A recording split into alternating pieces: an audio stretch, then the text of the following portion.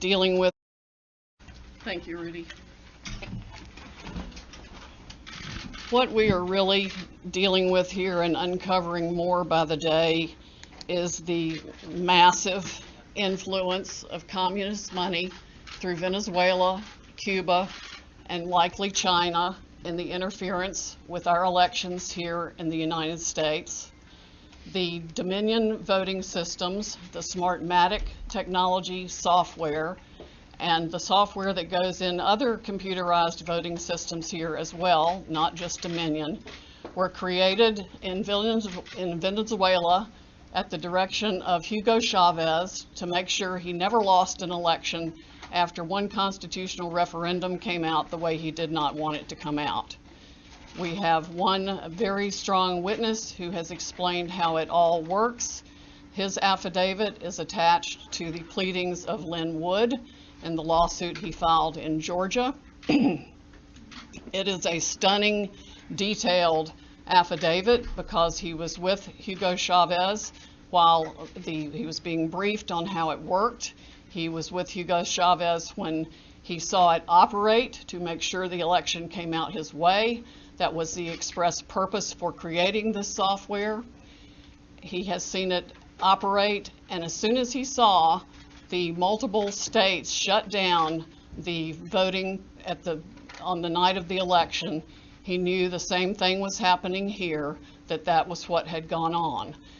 Now, the software itself was created with so many variables and so many back doors that can be hooked up to the internet or a thumb drive stuck in it or whatever, but one of its most characteristic features is its ability to flip votes.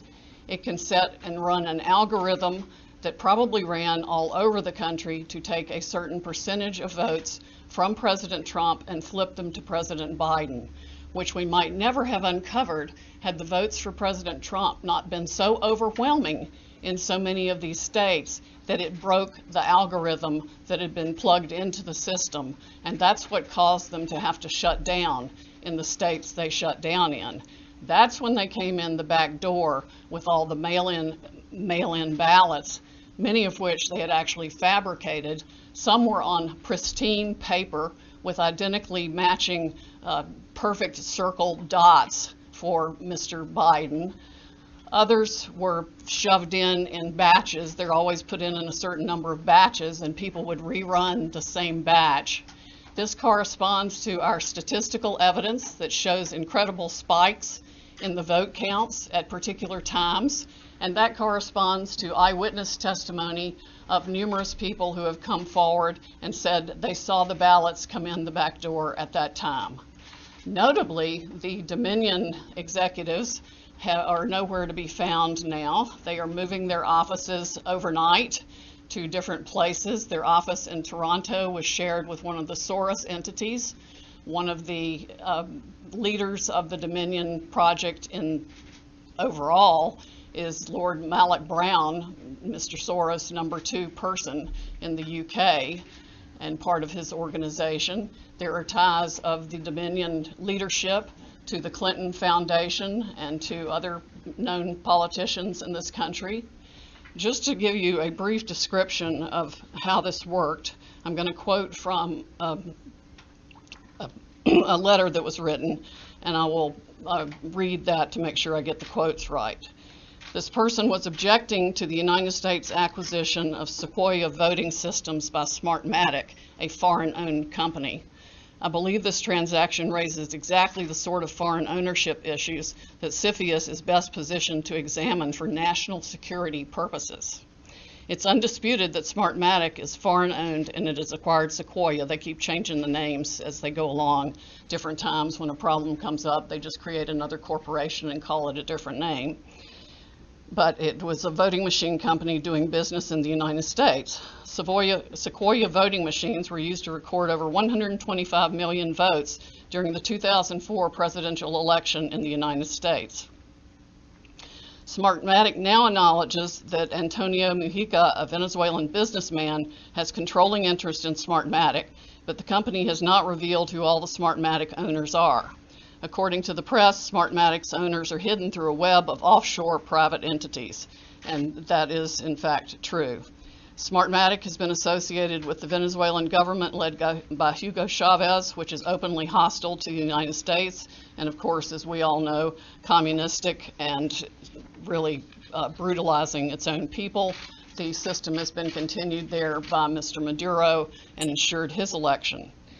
Smartmatic's possible connection to the Venezuelan government poses a potential national security concern in the context of its acquisition of Sequoia, because electronic voting machines are susceptible to tampering, and insiders are in the best position to engage in such tampering. This letter expresses concern of the Chicago 2006 primary election. And it ends by saying the products and services that are of Venezuelan origin, and evaluate Smartmatic's ownership to determine who could have influence and control over these and other Sequoia products and services are important to the national security of the United States. This letter was written to Hank Paulson on October 6, 2006 by Congresswoman Carolyn B. Maloney. Senators Klobuchar and Warren have raised these concerns as recently as December 2019. Why our government has not taken them seriously is beyond my comprehension, unless they have, some of the three-letter agencies have used them themselves in other parts of the world. We know that the technology was exported to affect an election in Argentina. That's admitted by our friend who wrote the affidavit about Hugo Chavez and his interest in Smartmatic. Again, in 2006, Carolyn Maloney wrote the Honorable John Snow, the Secretary of the Treasury, about the issues. Speaking of Smartmatic's leadership, one of the Smartmatic patent holders, Eric Coomer, I believe his name is on the web as being recorded in a conversation with Antifa members, saying that he had the election rigged for Mr. Biden, nothing to worry about here, and they were going to F Trump. His social media is filled with hatred for the president and for the United States of America as a whole, as are the social media accounts of many other Smartmatic people. There has been widespread use of this. Dominion itself is utilized in 2,000 jurisdictions in 30 states. It has been uncertifiable in multiple states who realized all the problems that it had, including Texas. Experts have described it across the board, from a Princeton group of 3 professors to experts that we have talked to about its end user vulnerabilities. People can admittedly go in and change whatever they want. They can set the ratio of votes from one thing to another. They can say that a Biden vote counts as 1.25 and a Trump vote counts as 0.75. And those may be the numbers that were actually used here. It's not just the swing states that were affected. The algorithm was likely run across the country to affect the entire election. Like I said, we only discovered it this year because of the overwhelming number of votes for President Trump in the swing states that caused the machines to have to shut down for them to backfill for adding votes. We have evidence of different numbers of votes being injected into the system, the same identical, unique 6-digit number multiple times in at least 2 states that we've analyzed so far, and I'm talking about like 341,542 votes for Biden and 100,012 for Trump. There's no explanation, no logical explanation for the same numbers being injected 20 minutes apart into the machine. The software manual itself, you can download it from the internet, and I would encourage you all to read it, because it specifically advertises some of these things as features of the system. Why it was ever allowed into this country is beyond my comprehension, and why nobody has dealt with it is absolutely appalling. The machines were easily accessible to hackers. There's a video on the net that it will explain to you how a kid with a cell phone can hack one of these voting machines. There's been no oversight of Dominion or its software. Workers in each county were trained by Dominion, but there's no evidence of any monitoring otherwise. We have testimony of different workers admitting that they were trained how to dispose of Trump votes and add to Biden votes. The software has a feature pursuant to which you can drag and drop any number of batches of votes to the candidate of your choice or simply throw them away. So we have mathematical evidence in a number of states of massive quantities of Trump votes being trashed, just simply put in the trash like you would on your computer with any file, and Biden votes being injected. That's addition to the flipping. I mean, it really happens in two ways. There's an algorithm that runs that automatically flips all the votes, and then each operator has the ability to go in, override settings. They can ignore a signature. They can ignore the top line of the ballot. They can go down ballot and select who they want to change the results for. The gentleman who founded Smartmatic, there's video of him on the internet explaining that yes, on at least one occasion he admits they changed 1 million votes with no problem. Many of the jurisdictions that have had this problem might not have known of the issues, but many did. And I think a full-scale criminal investigation needs to be undertaken immediately by the Department of Justice and by every state's equivalent, Attorney General's office or state investigatory unit, because there's evidence of different benefits being provided to the people who spent $100 million of taxpayer money at the last minute for their state to get the Dominion voting systems put in time for this election in different ways. There's one person that a lawyer told me got, quote, election insurance, meaning that he would be able to make sure he was elected. I'm sure they explained that feature in detail to many people who expressed interest in putting this voting system in. Texas denied certification of the Dominion system in 2019, but there are no doubt issues with the software that Texas did use, unbeknownst to Texas, I would imagine, since they went to great trouble to examine the Dominion systems and reject them. But other software, the source code that does the alterations is embedded, we have been told, in the source code all across the country in all the voting machines. There's no doubt it has been used to alter elections in other countries. We know specifically that Venezuela exported it for that purpose to Argentina and other Latin American companies to make sure that the corrupt rulers who were willing to pay the highest price for being in office were allowed to rig their elections.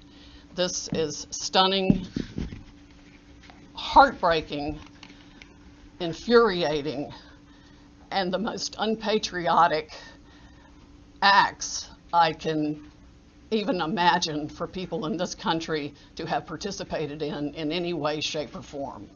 And I want the American public to know right now that we will not be intimidated. American patriots are fed up with the corruption from the local level to the highest level of our government, and we are going to take this country back. We are not going to be intimidated. We are not going to back down. We are going to clean this mess up now. President Trump won by a landslide. We are going to prove it, and we are going to reclaim the United States of America for the people who vote for freedom. How come you're not suing in the Wisconsin counties that use this? Why are you only doing a recount? And excuse me, that we're not out to the questions at this point. So excuse me, we're not at the questions at this point. My name is Jenna Ellis, and I'm the senior legal advisor to the Trump campaign, and I'd like to just explain now where we've been and where we're at and what you can expect from this process. So what you have heard, I'm sure, in the fake newspapers tomorrow will be one of two things. Either there was not sufficient evidence that we've presented, or we spoke too long. Okay, so what you've heard now is basically an opening statement. This is what you can expect to see when we get to court to actually have a full trial on the merits, to actually show this evidence in court and prove our case. This is not a Law and Order episode where everything is neatly wrapped up in 60 minutes. For those of you who are here in this room or have maybe tuned out in other networks, clearly you've never been court reporters. Trials take time. Putting on evidence takes time. This is basically an opening statement so the American people can understand what the networks have been hiding and what they refuse to cover, because all of your fake news headlines are dancing around the merits of this case and are trying to delegitimize what we are doing here. Let me be very clear that our objective is to make sure to preserve and protect election integrity. President Trump has been saying from day one that this is about maintaining free and fair elections in this country. It is not about overturning an outcome. It is about making sure that election integrity is preserved, and every American should want that. If every American is not on board with that, you have to ask yourself why. And if your fake news network is not covering this or allowing you to cover it fairly and accurately, you should ask yourself why. This is absolutely a legitimate legal basis. We have been asked to provide an entire case that generally would take years in civil litigation. I've been a prosecutor. I have tried cases with far simpler facts. One thing happened in a matter of minutes, and it still takes days. And we go through a jury process. This is the court of public opinion right now. We are not trying our case in the court of public opinion, because if we were, we would get unbiased jurors. I would strike 99% of you from the jury, and I would be allowed to because of the fake news coverage you provide. You are not unbiased jurors. And until you step out of your role as a journalist and actually go into a courtroom and you are a judge on a bench that has sworn an oath to be unbiased in our separation of powers, then your opinion does not matter. The facts matter, the truth matters, and if you are fair reporters, you will cover that fairly and appropriately, and you will allow coverage of our media team here and our legal team. That is absolutely shocking that all you cover are around the margins, and I've seen all of you taking pictures right now, and I can anticipate what your headlines are going to be. If you are not willing to talk about the evidence that has been presented, then that is absolutely unacceptable for journalistic standards. This is an opening statement. This is something where we have told you what the evidence will show, and we have given you a brief description. That happens in a courtroom all the time, where that's not the fact-finding process. That is just an overview. That is what we have given you today because the American people deserve to know what we have uncovered in the last couple of weeks. Remember, this is such a short time frame. And this is an elite strike force team that is working on behalf of the president and the campaign to make sure that our Constitution is protected. We are a nation of rules, not a nation of rulers. There is not someone that just gets to pick who the next president is outside the will of the American people. And that is our task, because when we talk about voter fraud, it's actually election official fraud. That cannot stand. The Constitution requires that the state legislatures are the ones that make election law. It still has to go by the U.S. Constitution. But what has happened in this case is that state and local level officials, and all the way up, have changed the rules. That's what the Democrats do. If they don't like the rules, they change them. And they change them at the last minute. They manipulate them. They want to tear down our American system. Our founders were so brilliant that they anticipated this, that there would be corruption, there would be foreign influence, there would be attempts to manipulate the outcome of the election, especially with who they called our chief magistrate. I would encourage all of you to go home and actually read Alexander Hamilton's Federalist 68 and see what he described as an advocacy position to adopt and ratify the Electoral College and the process by which we select our president. We select our president through the Electoral College not because it disenfranchises voters, but because it is a security mechanism for exactly the type of corruption that we are uncovering. And every American should be grateful and thankful that our founders had the foresight to put in those protections and provisions to make sure that your legitimate legal vote is not disenfranchised. That is what we are advocating for. We want to make sure to protect election integrity, and your president, President Trump, we are so proud that he is in this fight because he understands that when he swore his oath of office, he swore an oath to uphold and defend the United States Constitution. That is what he is doing. And that is what we are doing. We are confident that through this multiple pathway to victory, we will get to the actual outcome that the evidence shows.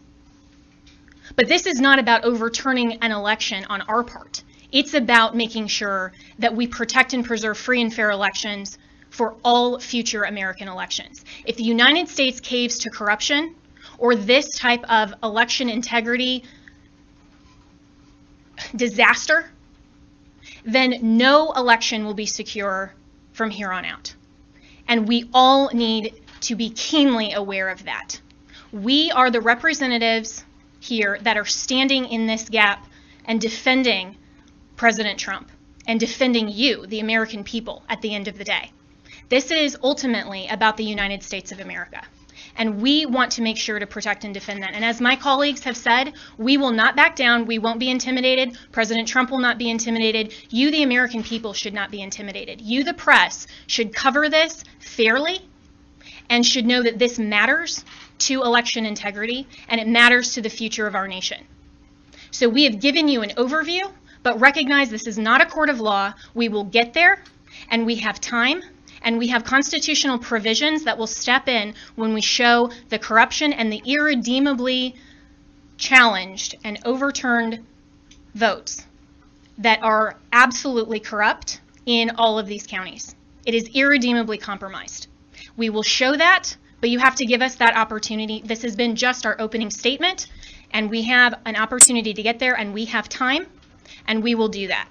This is the United States of America, and we stand proudly for President Donald J. Trump. Thank you. One more point. The world is watching this. I have gotten multiple emails from people in other countries who watch the same pattern happen there. We have witness testimony that the same things were done in those countries as this was exported from Venezuela and by Maduro and by Mr. Chavez and by Cuba. And of course, we know China also has a substantial presence in Venezuela and substantial interest in making sure that President Trump does not continue in office. This is the consummate foreign interference in our election in the most criminal way you can possibly imagine. It must be shut down. We know, for example, that one of the Dominion's highest level employees or officers went to Detroit himself to man the Detroit Operations Center, where he could watch the votes coming in real time and decide what file folder in the system to put those votes into. That's why you see massive spikes after hours when people were told that all the votes were in and all the votes were counted. Many Dominion employees have already reached out to us to tell us the truth. They are Americans who want to ensure election integrity like we do. I would encourage every Dominion or Smartmatic employee who is fed up with the corruption in this country to come forward as soon as possible, because these are serious federal offenses that I am confident the Department of Justice will be in pursuit of in very short order if they are not already.